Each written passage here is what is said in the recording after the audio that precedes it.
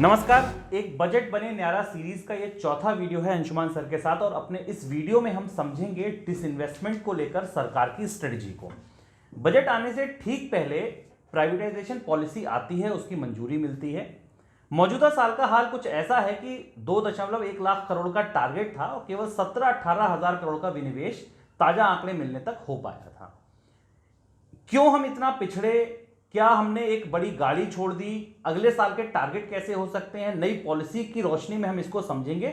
Sir, मेरा सबसे पहला सवाल कि डिसइन्वेस्टमेंट का जो इस साल का हमने टारगेट बहुत बड़ा टारगेट रखा था और जिसकी वजह से फिस्कल डेफिसिट को हम कंट्रोल रख पाए थे, उस पर हम बुरी तरह पिछड़े, ये साफ दिख रहा है। वजह क्या थी बड़ी?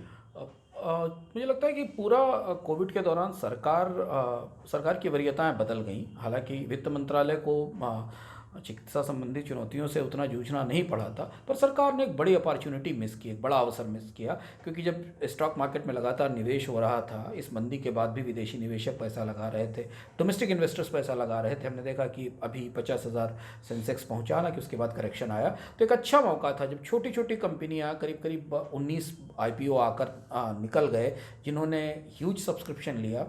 उस समय सरकार चाहती तो अपनी प्रमुख कंपनियों को, जिनके लाने की घोषणा पिछली बार बजट में की गई थी, जैसे LIC थी, जिनके IPO लाने की, जिन्हें सूचीबद्ध कराने की या विनिवेश की संभावना थी, उन्हें लाया जाना चाहिए था। और ये अपॉर्चुनिटी मिस हुई, जिसका नतीजा हमको इस साल के बजट पे साफ दिखाई देगा। 15% के आसपास, 7.5% के आसपास का जो राजकोषीय घाटा हमको दिखेगा इस बार के बजट में, उसमें बड़ा हिस्सा विनिवेश की विफलता का होगा। और विनिवेश की विफलता का मतलब ये है कि अब अगले साल इसका 2 गुना विनिवेश या सरकारी कंपनियों की बिक्री करनी पड़ेगी। दूसरा महत्वपूर्ण बात ये कि ऐसा नहीं कि सरकार के पास तैयारी नहीं थी। मुझे लगता है कि एक हाथ को दूसरे हाथ की सूचना नहीं थी, तैयारियां थी। DIPAM, department of public enterprise management ने एक लंबी लिस्ट तैयार कर ली थी, सारे मंत्रालयों से सिफारिशें मंगा ली गई थी, लेकिन फिर भी शायद सरकार पूरा माहौल नहीं बना पाई और उसे शेयर बाजार तक लाने की तैयारी नहीं कर पाई। जबकि निजी कंपनियों ने इसी मंदी के बीच में सब कर लिया और उन्होंने बड़े पैमाने पर, ग्लैंड फार्मा का तो IPO काफ़ी बड़ा था, बड़े बड़े IPO लाकर बाजार से इस तेजी का फ़ायदा उठाया। बिल्कुल। इसी महामंदी के बीच में, इसी महामारी के बीच में कई कहानियां बनी जहां छोटी छोटी कंपनियां आईं और अपने IPO को 100% तक पर लिस्ट कराकर प्रीमियम पर और मुनाफा निवेशकों को देकर चली गई। वहां हमें कहीं सरकारी कंपनियां नहीं मिली। नई पॉलिसी आई है सर, सरकारी कंपनियों के निजीकरण की बातचीत शुरू हुई है फिर से। क्या लगता है आपको, क्या आने वाले साल में बाजार कैसा होगा ये एक अलग बात है, लेकिन क्या आने वाले साल में हमें कई सरकारी कंपनियों में लोगों को खरीदारी का मौका मिलेगा? जिस तरह की चर्चाएं या खबरें हमारे पास आ रही हैं, उस हिसाब से कि कैबिनेट ने एक प्राइवेटाइजेशन पॉलिसी का प्रारूप तय किया। उसका नाम प्राइवेटाइजेशन पॉलिसी होगा या नहीं, ये हमें नहीं पता है, क्योंकि प्राइवेटाइजेशन पॉलिसी के नाम से पहली पॉलिसी केवल अटल बिहारी वाजपेयी के दौर में आई थी। उसके बाद आने वाली कोई भी सरकार हिम्मत नहीं कर सकी कि वो प्राइवेटाइजेशन शब्द का इस्तेमाल कर सके सरकारी कंपनियों के संदर्भ में। और शब्दों में बड़ी राजनीति होती है, शब्दों का बड़ा महत्व होता है। सरकारों ने विनिवेश कहा, डिसइन्वेस्टमेंट कहा, सरकारी उपक्रमों की बिक्री कहा। ये सरकार सरकारी उपक्रमों को एसेट मॉनिटाइजेशन कह रही है कि उनके एसेट का मॉनेटाइजेशन किया जाएगा। तो क्या सरकार घोषित तौर पर प्राइवेटाइजेशन करना चाहती है? बड़ी बात है अगर प्राइवेटाइजेशन पॉलिसी के नाम से कोई घोषणा बजट में होती है। लेकिन अगर वो नहीं भी होती है, तब भी इस पॉलिसी की तैयारी बताती है कि सरकार को फाइनली ये समझ में आ गया है कि टैक्स बढ़ाते रहने से अब कोई रास्ता निकलने वाला नहीं है। बड़े पैमाने पर जब तक सरकारी कंपनियों में सरकार अपनी हिस्सेदारी नहीं बेचेगी, उन्हें अलग अलग तरीकों से बाजार के हवाले नहीं करेगी, तब तक ना तो वो संसाधन आएंगे जिनकी भी तात्कालिक तौर पर इस गहरे संकट में बजट को चलाने के लिए ज़रूरत है, जरूरी खर्चों को चलाने के लिए जिनकी ज़रूरत है, और ना ही वो कंपनियां सक्षम हो सकेंगी। अब या इस पॉलिसी के कौन से हिस्से बजट में आएंगे, उनकी क्या घोषणा की जाएगी, ये हमें सोमवार को पता चलेगा। पर 3-4 चीज़ें सरकार के एजेंडे पर हैं जिनका संकेत हमें पीछे पृष्ठभूमि से मिल रहा है। एक ये है कि कई सारी पब्लिक सेक्टर कंपनीज की एसेट्स को स्ट्रेटेजिक सेल के जरिए प्राइवेट कंपनियों को दे दिया जाए। उसमें रेलवे स्टेशंस भी हैं, उसमें रोड्स भी हैं, उसमें बर्थ भी हैं, उसमें कई बिल्डिंग्स भी हैं, उसमें कई कंपनियां भी हैं जिन्हें सिंगल स्ट्रेटेजिक सेल के जरिए, जैसा कि हमने पुराने दौर में स्ट्रेटेजिक सेल देखी थी, जब बाल्को एक कंपनी को दी गई थी, IPCL एक दूसरी प्राइवेट कंपनी को दी गई थी, विदेश संचार निगम एक तीसरी प्राइवेट कंपनी को दी गई थी। ये वो स्ट्रेटेजिक सेल के पुराने सफल उदाहरण हैं। दूसरा विकल्प जो सरकार की मेज पर है वो है कि कंपनियों में की हिस्सेदारी को पब्लिक को बेचा जाए, जनता को बेचा जाए। जैसा कि हमने LIC के बारे में देखा कि उसका एक हिस्सा डिसइन्वेस्ट किया जाए और लोगों को उसमें हिस्सेदारी दी जाए। ये तरीका दूसरा है, जिसमें से एक IPO हमने आज ही के दिन जब हम इस पर चर्चा कर रहे हैं तो हमने उसका सब्सक्रिप्शन क्लोज होते देखा, जिसे अच्छा समर्थन मिला है। दूसरा तरीका ये है। और तीसरा तरीका यह है कि जो बीमार पड़ी, बिल्कुल बंद पड़ी कंपनियां हैं, उनको पूरी तरह डिसइन्वेस्ट कर दिया जाए, पूरी तरह बेच ही दिया जाए, उनको खत्म कर दिया जाए। वो भी एक तरीका है। अब इसमें से कौन सा तरीका आता है ये हमको बजट में पता चलेगा, लेकिन जो संकेत है, जो तैयारियां हैं कि सरकार को वो वास्तविकता समझ में आ गई है और इसलिए विनिवेश की प्रक्रिया आगे बढ़ेगी।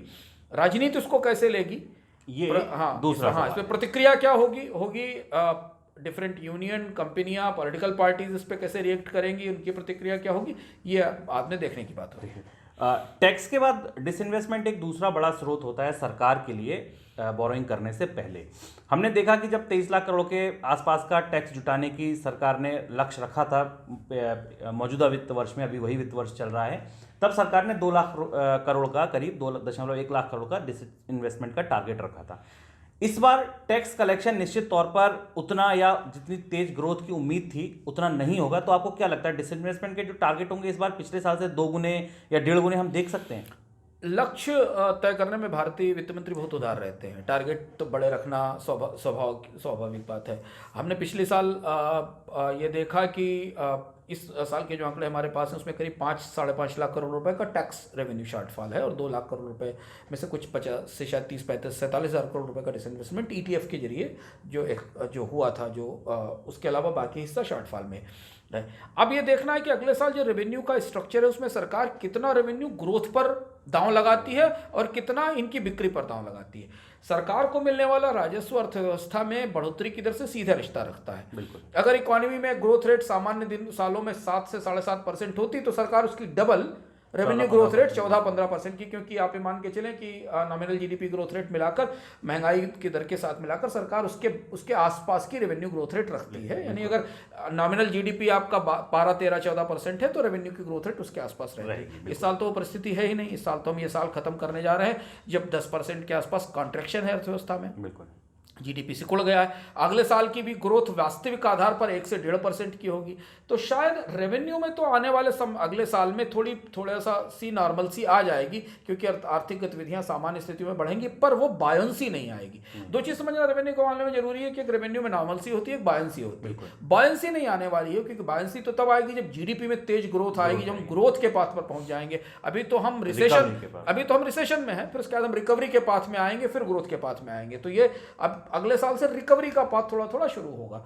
तो इसलिए सरकार की बड़ी निर्भरता डिसइन्वेस्टमेंट पर होने वाली है। बिल्कुल। अब अगर आप पिछले साल के लॉस को देख लें शुभम, तो इस साल तो सरकार को कम से कम 3 से 3.5 लाख करोड़ रुपए के आसपास का डिसइन्वेस्टमेंट का लक्ष्य रखना चाहिए। जो लिस्ट है दीपम की, उसे देखें तो लगता है कि वो 2.5 से 3 लाख करोड़ रुपए तक का लक्ष्य है, और वो लक्ष्य ही अगले साल के फिस्कल डेफिसिट को प्रोजेक्ट करने में काम आएगा। पर होता आमतौर पर यह है कि बजट में सरकारें फिस्कल डेफिसिट का जो संभावित आंकड़ा है या जो प्रस्तावित आंकड़ा, उसको छोटा दिखाने के लिए बड़े लक्ष्य तय करती हैं। पर साल के आखिर में जाकर हम वहीं खड़े हो जाते हैं आकर, तो हमें दिखता है कि नहीं, अच्छे दिनों में भी जब बेहतर दिन थे तब भी सरकारें डिसइन्वेस्टमेंट नहीं कर पाई। बिल्कुल। यानी कि इससे ये तय है कि 1 फरवरी को जो भाषण हम सुनेंगे, बजट भाषण, उसमें विनिवेश के बड़े लक्ष्य रखे जाएंगे।